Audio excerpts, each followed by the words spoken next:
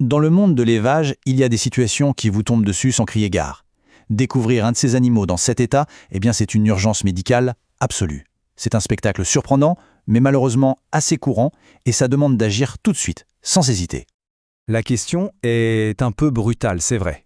Que se passe-t-il quand le corps d'un animal se retourne littéralement de l'intérieur vers l'extérieur? C'est troublant, mais c'est exactement la question qui est au cœur du problème médical qu'on va explorer aujourd'hui.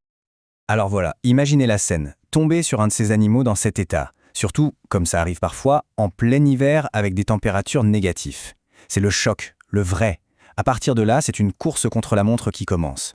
Le temps presse et chaque décision, chaque minute va compter.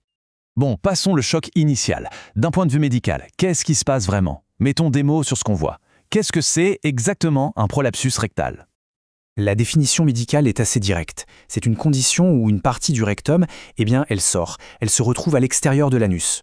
Dit plus simplement, un morceau d'intestin qui devrait être bien au chaud à l'intérieur se retrouve exposé à l'air libre. Et pour aider à visualiser, il y a cette analogie assez surprenante du vétérinaire Enoch. Il dit « c'est comme un pain à la cannelle ». C'est une image forte, c'est sûr, mais c'est une façon très visuelle de décrire quelque chose qui, autrement, pourrait être assez intimidant à regarder. Ça rend le problème tout de suite plus concret en quelque sorte.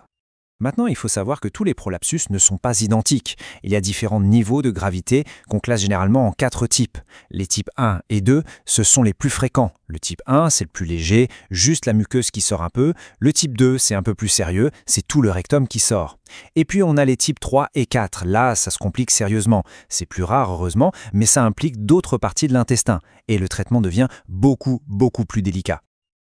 Ok, donc une fois qu'on a identifié le type de prolapsus, un facteur devient absolument crucial, plus que tout le reste. C'est le temps. À partir de cet instant, c'est une véritable course contre la montre qui s'engage pour sauver l'animal. Et dans cette course, il y a une question, une seule, qui va tout déterminer. C'est la question à 1 million, si on veut. Le tissu qui est sorti, est-il encore vivant ou est-il déjà mort? La réponse va conditionner absolument toute la suite. C'est le dilemme pour le véto comme pour l'éleveur. Les manuels vétérinaires sont très clairs là-dessus. Tenter de réduire un tissu nécrosé est une erreur médicale grave. Le mot à retenir ici, c'est nécrosé. Ça veut dire que le tissu est mort. Et là, on ne rigole plus du tout. En clair, ça veut dire quoi? Ça veut dire que remettre du tissu mort à l'intérieur du corps de l'animal, c'est potentiellement le tuer. Pourquoi? Parce que ce tissu mort est une véritable bombe à retardement, plein de bactéries, de toxines. Si on le remet à l'intérieur, on risque de déclencher une infection généralisée, une péritonite, une septicémie, et ça, c'est souvent fatal. Donc, en fonction de la réponse à cette fameuse question, tissu vivant ou tissu mort, on se retrouve face à 2 chemins possibles. 2 stratégies de traitement complètement différentes. Voyons voir comment ça se passe concrètement sur le terrain. Le choix est binaire. Option 1, le tissu est viable. Il est encore vivant. Là, on tente ce qu'on appelle la réduction. On va tout simplement le repousser manuellement à l'intérieur. Option 2, le tissu est mort ou trop abîmé. Là, pas le choix, c'est l'amputation. On doit le retirer chirurgicalement. 2 approches, oui, et 2 réalités du métier radicalement opposées. Commençons par la première voie, la réduction. C'est la méthode la moins invasive, celle qu'on espère toujours pouvoir utiliser. Mais attention, moins invasive ne veut pas dire facile, loin de là. Regardons un peu les défis que ça représente sur le terrain. Parce que c'est tout sauf simple. D'abord, il y a la météo. Quand il gèle, comme dans le cas du Wyoming, il faut à tout prix garder le tissu humide, souvent avec de la vaseline, pour éviter qu'il ne gèle littéralement. Ensuite, il y a l'animal lui-même. Il a mal, il est stressé et il va pousser, il va forcer contre la personne qui essaie de l'aider. C'est un vrai combat physique, épuisant.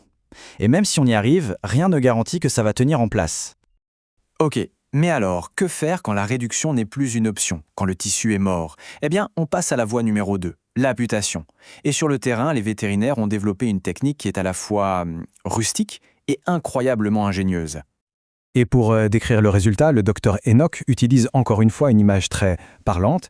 Il dit que la partie morte va finir par tomber, ploc, et qu'on aura ce qu'il appelle un glaçon de viande. C'est brut, c'est direct, mais ça décrit le processus avec un pragmatisme qui est typique du métier.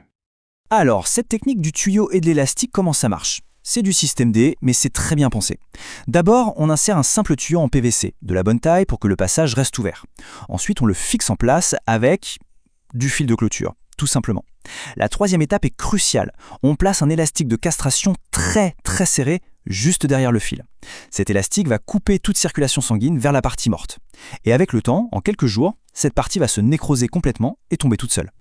Bon, que l'on choisisse la réduction ou l'amputation, l'histoire ne s'arrête pas là. Il faut parler des risques, du rétablissement et des implications qui vont bien au-delà de cet animal en particulier.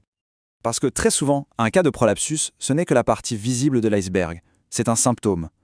L'exemple de l'élevage du Wyoming est parfait pour ça.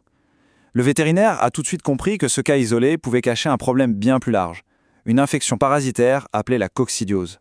C'est un petit parasite qui attaque l'intestin des jeunes, provoque des diarrhées terribles et les affaiblit au point de causer un prolapsus. Le vrai danger, c'est que si un animal l'a, tout le troupeau est potentiellement menacé. Et face à une menace comme ça, on ne peut plus se contenter de soigner un seul animal. Il faut penser à tout le troupeau. La solution, c'est donc de traiter tout le monde, en général en ajoutant un médicament préventif dans l'eau. Mais ça a des implications importantes. Ça veut dire qu'il faut ensuite respecter ce qu'on appelle une période de retrait.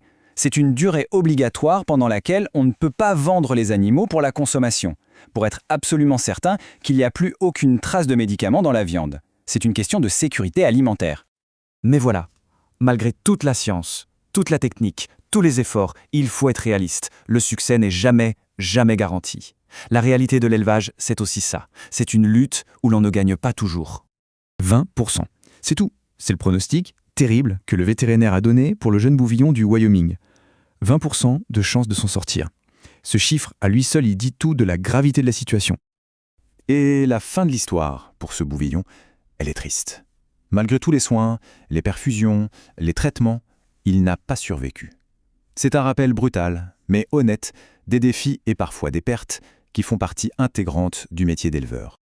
Et ça nous amène à la question de fond. Comment la crise de santé d'un seul animal peut-elle en fait révéler tous les risques invisibles qui pèsent sur un troupeau entier ? C'est ça la grande leçon. En partant d'un cas individuel très visuel, très choquant, on a tiré le fil pour comprendre la dynamique de tout un groupe, la gestion des maladies et finalement l'interconnexion profonde entre chaque animal au sein d'un élevage.